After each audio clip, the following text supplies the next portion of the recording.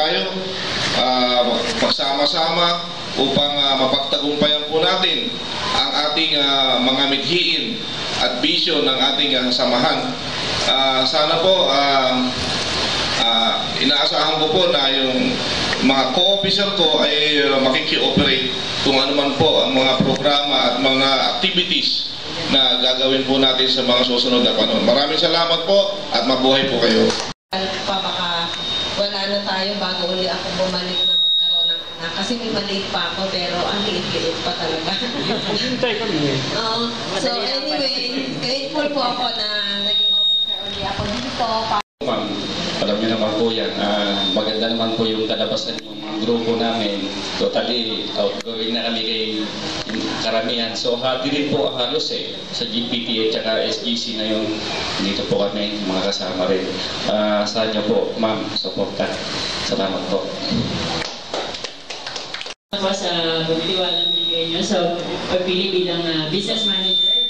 Kasama ko po si Mr. Leones. So sana po kung ano man ang mapagkasundoan natin na pagkakakitaan man nito o basta sa iuunlad ng mga mag-aaral at ng ating paaralan. So sama-sama po tayo. Mr. Leones. Good afternoon again. This is my second time to be business manager. Last time in year 2010 to 2011.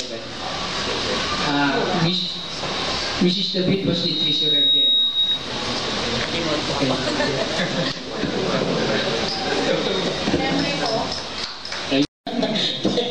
Thank you for the restoration of our electricity.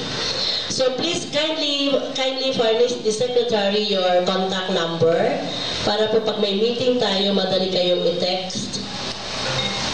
Especially with the forthcoming oath-taking or induction. Kasama natin ang PTA at yung mga club officers.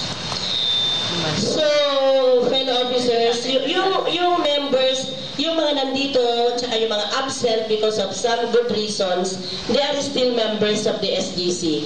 We just need to get their confirmation. Like Mr. Mendoza, Mrs. Mendoza, si Mrs. Bulalayaw, si Mrs. Legrama, kasama pa rin sila. Kasi our purpose is to recruit stakeholders as members of your committees. Kaya ikaw pwede mong i-recruit si na assistant ko dyan. Si Chief. There will be how many committees? 1, 2, 3, 4, 5, 6. 6 committees will be formed after you are sworn in. And bylaws. Ako nga, kung gusto ko lang sana ang tenure na lang 2 years para hindi na elect ng elect.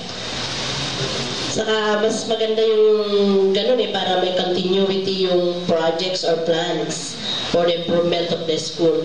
Take note, ang nakasenter tayo sa improvement of the school performance. And you will be notified accordingly if there is an emergency meeting or if the date of the mass oath-taking will be set. Our regular monthly meeting will be approved when we have our meeting. The PTA is every first Friday of the month. But sometimes, due to circumstances, naililipat din po yun. Ganon din tayo, Maglalagay tayo, depende sa inyong availability, ng date and time. Ngayon, kung ganon din ang reason na unavoidable, pwede naman natin i-reset. So let us be flexible when it comes to meeting. So congratulations to you, anticipating for a beautiful partnership. And let us put God in our center so we will not fail. Good afternoon, everyone.